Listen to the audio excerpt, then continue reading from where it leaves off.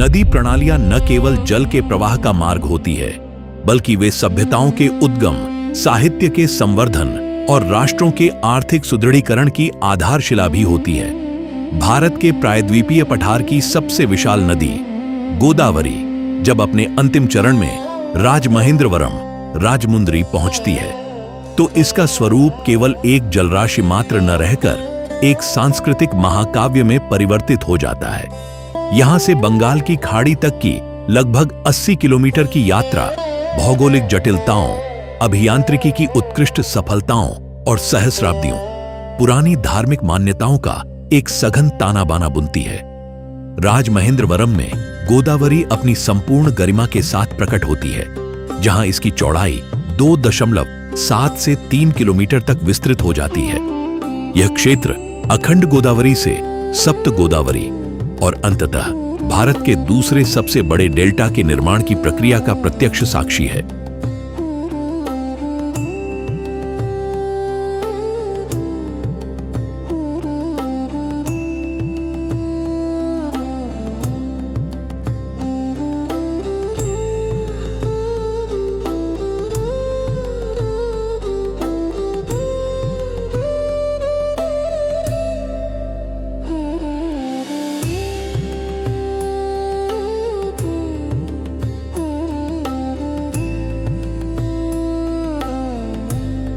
तो गंगा जो है वो गोदावरी के रूप में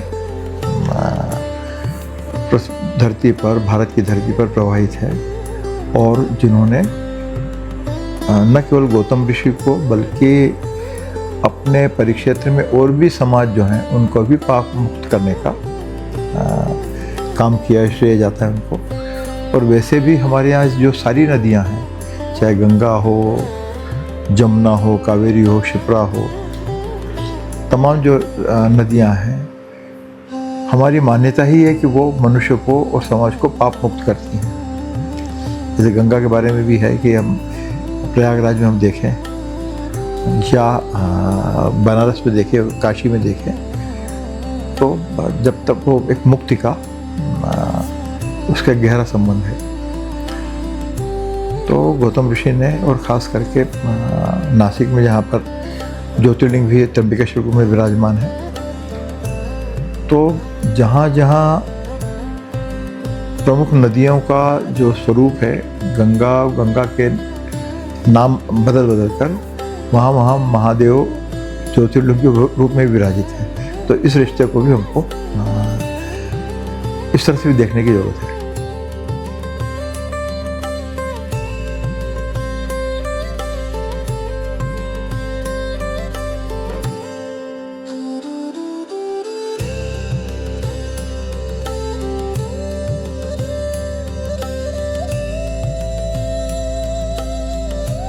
राजमहेंद्रवरम पहुंचते ही गोदावरी अकस्मात लगभग 2.7 किलोमीटर चौड़ी हो जाती है।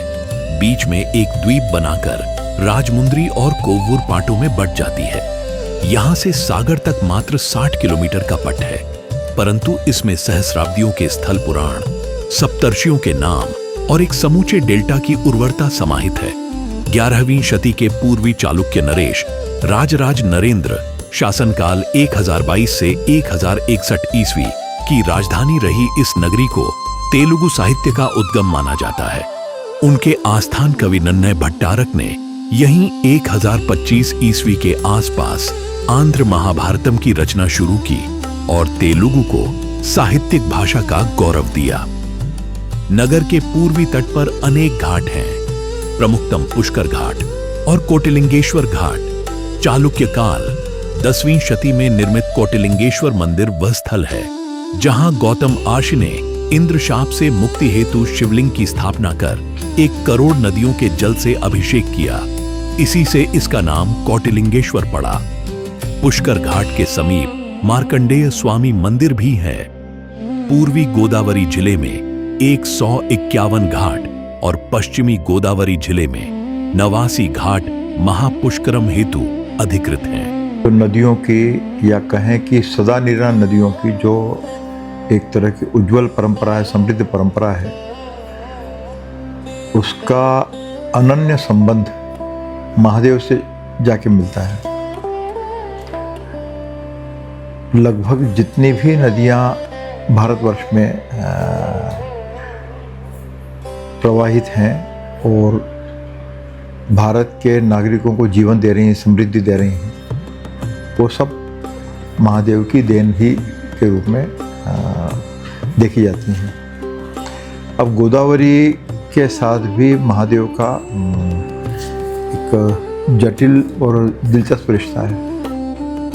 जब बृहस्पति सिंह राशि में प्रवेश करते हैं तब गोदावरी पुष्करम का 12 दिवसीय महापर्व आरंभ होता है। प्रथम 12 दिन आदि पुष्करम, अंतिम 12 दिन अंत्य पुष्करम।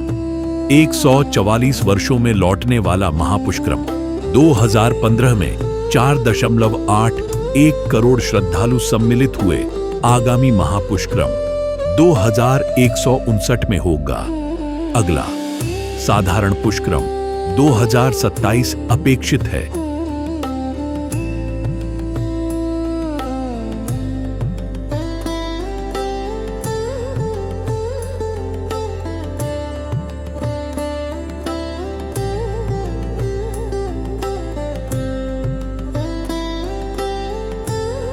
राजमुंद्री से 15 किलोमीटर दक्षिण में मध्य धारा के 2 द्वीपों पर खड़ा है Dhavaleswaram barrage. Sir Arthur Cotton barrage.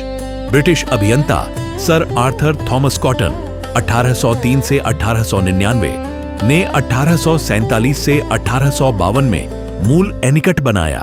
जब 1830 से 40 के दशक में बार बार पड़े अकालों ने डेल्टा को उजाड़ दिया था।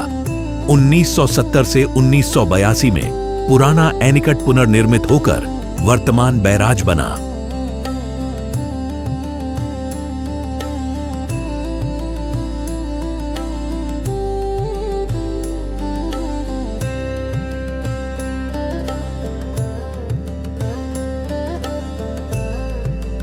बैराज के नीचे गोदावरी अपने पुराणोक्त रूप में पुनः प्रकट होती है। उत्तर की ओर मुड़कर गौतमी गोदावरी यनम होते हुए पॉइंट गोदावरी तक, दक्षिण की ओर वशिष्ठ गोदावरी अंतर्वेदी तक। ये 2 धाराएं पूर्वी और पश्चिमी गोदावरी जिलों की प्राकृतिक सीमा रेखा बनाती है। आगे चलकर वशिष्ठ पुनः वशिष्ठ और वैनतेय में और गौतमी गौतमी और नीलरेवु में विभक्त होती है।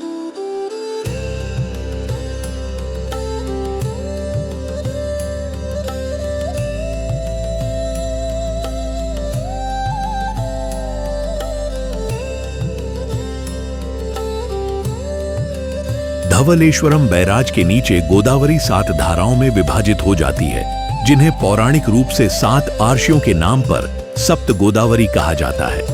ब्रह्म पुराण के गौतमी महात्म्य में इन धाराओं के उद्भव और फलश्रुति का विस्तार से वर्णन है।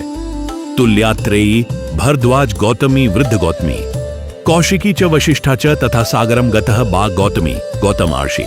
यह गोदावरी की मुख्य और विशालतम शाखा है। यह राजमुंद्री से उत्तर पूर्व की ओर मुड़कर यनम, पुडुचेरी होते हुए पॉइंट गोदावरी पर बंगाल की खाड़ी में विलीन होती है। वशिष्ठा, वशिष्ठार्ष, यह दक्षिण की ओर बहने वाली मुख्य शाखा है जो अंतर्वेदी के निकट समुद्र से मिलती है। यह पूर्वी और पश्चिमी गोदावरी जिलों की प्राकृतिक सीमा का निर्माण करती है।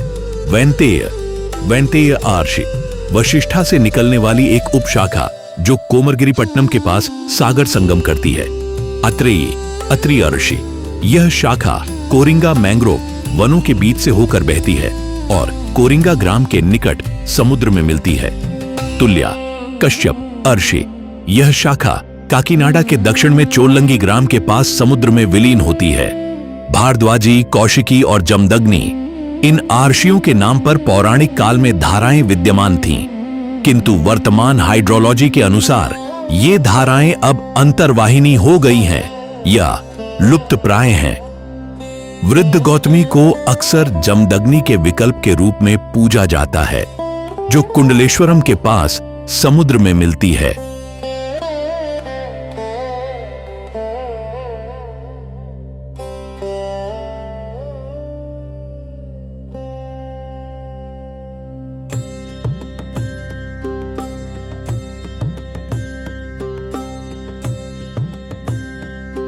राजमुंद्री से लगभग 40 किलोमीटर पूर्व गौतमी गोदावरी के तट पर बसा कोटिपल्ली, श्री सोमेश्वर स्वामी मंदिर का स्थल।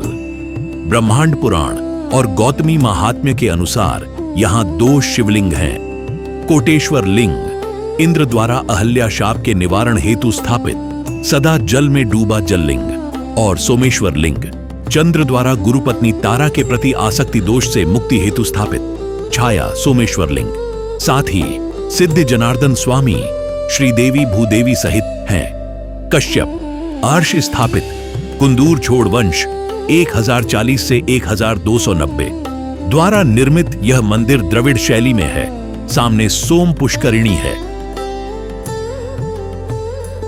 राजमुंद्री से लगभग 50 किलोमीटर, अमलापुरम से 25 किलोमीटर पर द्राक्षारामम, पंचाराम क्षेत्रों में से एक और अष्टादश शक्तिपीठों में 12वां। कथा है कि दक्ष प्रजापति ने यहीं निरीश्वर यज्ञ किया। सती के देह त्याग के बाद देवी का बायां कपोल यहां गिरा। वही माणिक्यांबा देवी के रूप में पूजित है। प्रमुख देव भीमेश्वर स्वामी 2.6 मीटर ऊंचा स्फटिक लिंग, जिसका ऊपरी श्वेत भाग अर्धनारीश्वर तत्व का प्रतीक है।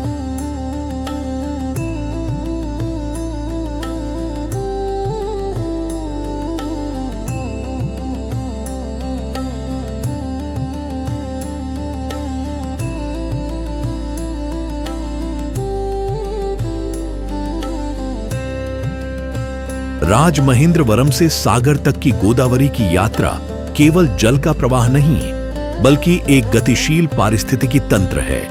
यह नदी जहां एक ओर अभियांत्रिकी के आधुनिक चमत्कारों, आर्च ब्रिज और धवलेश्वरम बैराज को सहारा देती है, वहीं दूसरी ओर नन्नय की साहित्यिक विरासत और सप्तर्षियों की पौराणिक धाराओं को भी अक्षुण्ण रखती है। हालांकि इस समृद्ध डेल्टा को वर्तमान में जलवायु परिवर्तन और समुद्र स्तर में वृद्धि के कारण गंभीर चुनौतियों का सामना करना पड़ रहा है। 729 व्यक्ति प्रति वर्ग किलोमीटर का सघन जनसंख्या घनत्व और खारे जल का बढ़ता प्रवेश आने वाले दशकों के लिए चिंता का विषय है। केजी बेसिन से प्राप्त ऊर्जा संसाधन जहां राष्ट्र को आर्थिक रूप से सुदृढ़ कर रहे हैं, वहीं कोनसीमा के किसानों की आजीविका को बचाने हेतु शंकर गुप्तम ड्रेन जैसी सिंचाई परियोजनाओं के आधुनिक प्रबंधन की तत्काल आवश्यकता है। गौतम ऋषि के तप से, शिव के आशीर्वाद से, गंगा आई धरती पर गोदावरी बनके।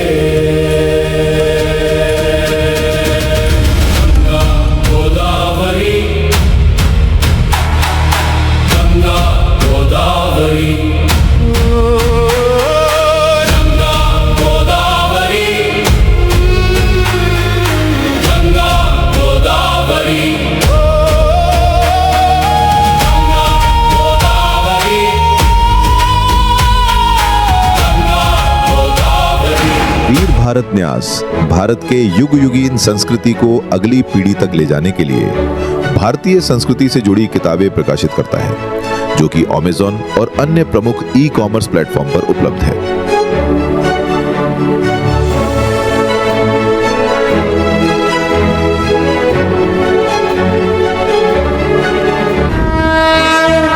वयं राष्ट्रे जागृयाम पुरोहितः।